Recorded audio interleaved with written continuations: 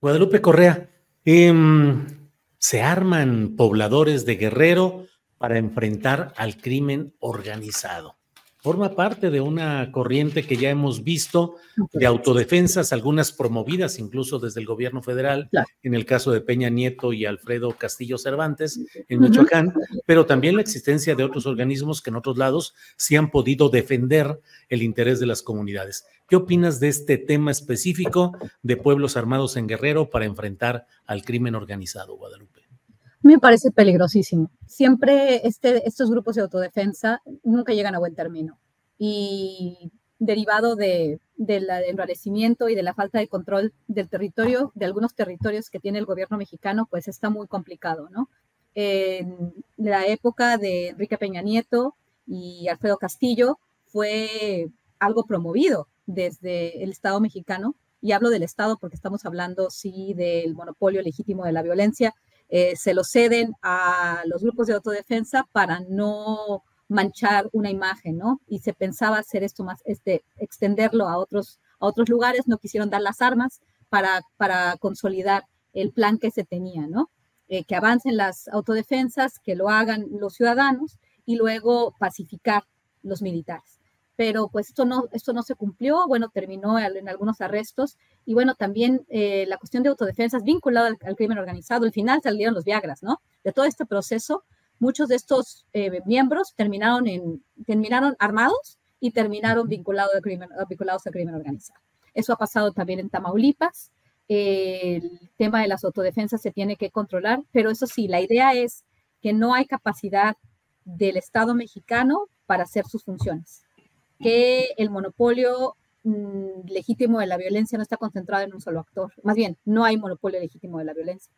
Y esto es muy complicado porque además también en esta aparición de grupos de autodefensa, pues también podrían estarse escondiendo otro tipo de actores, ¿no? Hemos hablado de la presencia de grupos criminales paramilitares. Cuando hablamos de paramilitarismo, hablamos de una vinculación al concepto de Estado. Yo lo uso, ¿por qué? Porque los orígenes y porque el, la relación con el Estado ha sido en diferentes ocasiones muy, muy, muy cercano, y algunos de estos grupos probablemente pueden estar vinculados con intereses que vienen fuera del Estado mexicano. Entonces, apoyados por agendas de otros estados. Es complicado explicarlo, pero es muy complicado también aceptar y decir, bueno, es que ellos se están protegiendo porque el gobierno no los puede proteger, porque no sabemos quién está detrás.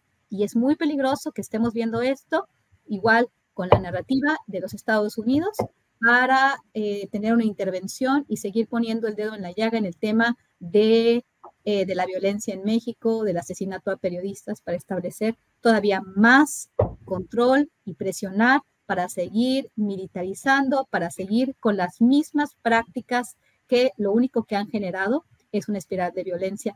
Y desafortunadamente el gobierno de Andrés Manuel López Obrador, que tenía otra perspectiva, terminó consolidando y haciendo efectivos los deseos de los intereses de estos capitales que realmente gobiernan los Estados Unidos.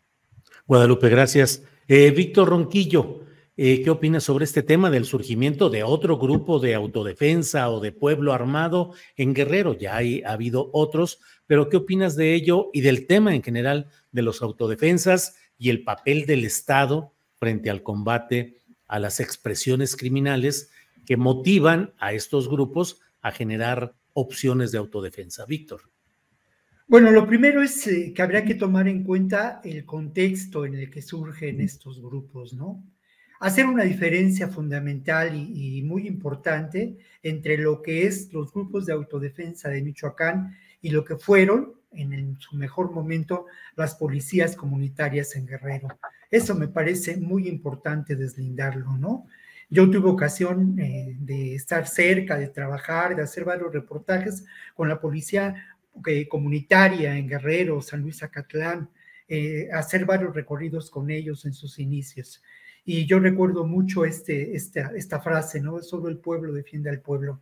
Después hubo penetración, después hubo hubo sin duda infiltración y hubo también el aprovechamiento de este contexto para que los grupos del crimen organizado se apropiaran de esta posibilidad de la policía comunitaria. Lo de Michoacán es otra historia y no me voy a extender demasiado. Yo solamente quiero referirme a lo que también me ha tocado vivir, a las entrevistas que he realizado con personas que han sido desplazadas por la violencia, que han sufrido los efectos de lo que solemos decir nosotros el control territorial. Es el enorme dolor y la pérdida, la desesperación, y sí, es cierto, ¿no? Ante el incumplimiento del Estado en algo que es fundamental y que es preservar la vida y preservar los derechos de las personas. Sin duda, otro elemento de contexto que hay que mencionar es la ingobernabilidad que existe en extensas regiones de Guerrero. Esto no lo podemos negar, y esto ocurre en esta región.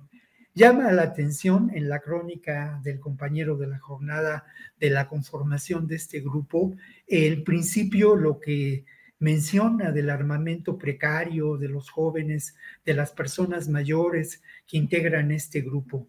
Y llama también la atención, y yo lo voy a destacar, el que este grupo se autodenomine Pueblos Unidos por la Paz, en donde, bueno, al final de cuentas, es muy sencillo desde nuestra posición, desde nuestros cubículos, desde el estudio del radio, o desde la cabina de la radio, perdón, desde el estudio de televisión o desde la cabina de la radio, pues considerar que hay infiltración pero uno tendría que escuchar a estas personas, ¿no?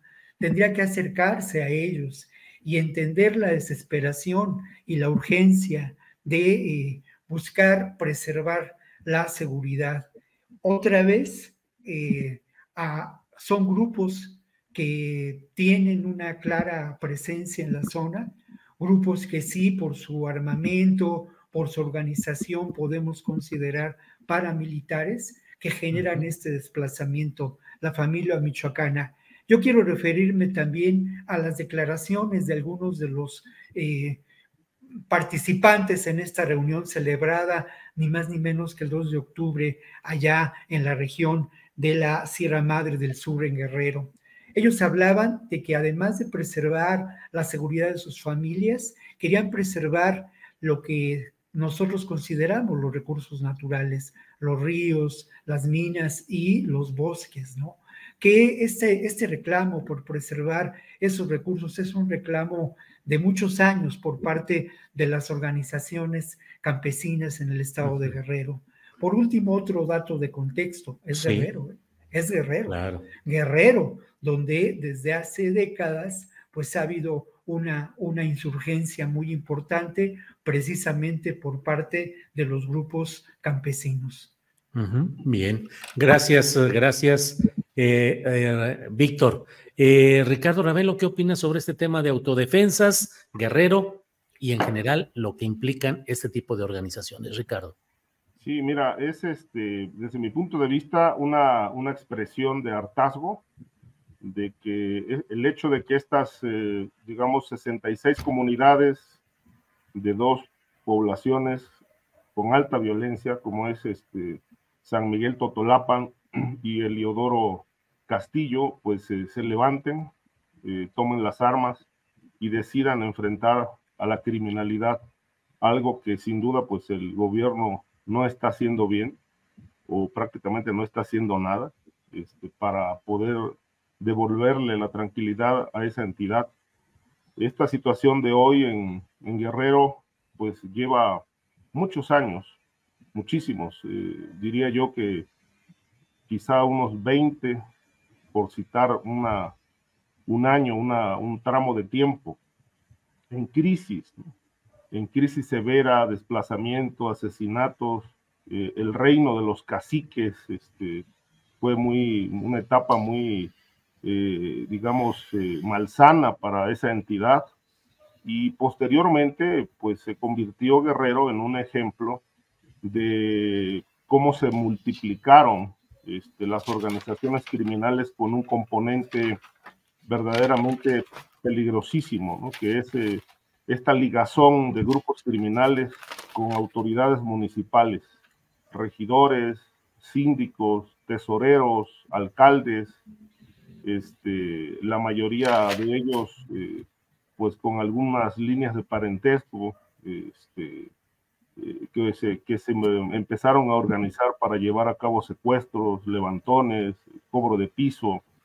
Y hoy Guerrero, digamos, el último dato que por ahí apareció, pero esto no es actual, es de hace por lo menos un año, año y medio, hablaban de 600 grupos criminales que tenían obviamente capturado al Estado y a las autoridades.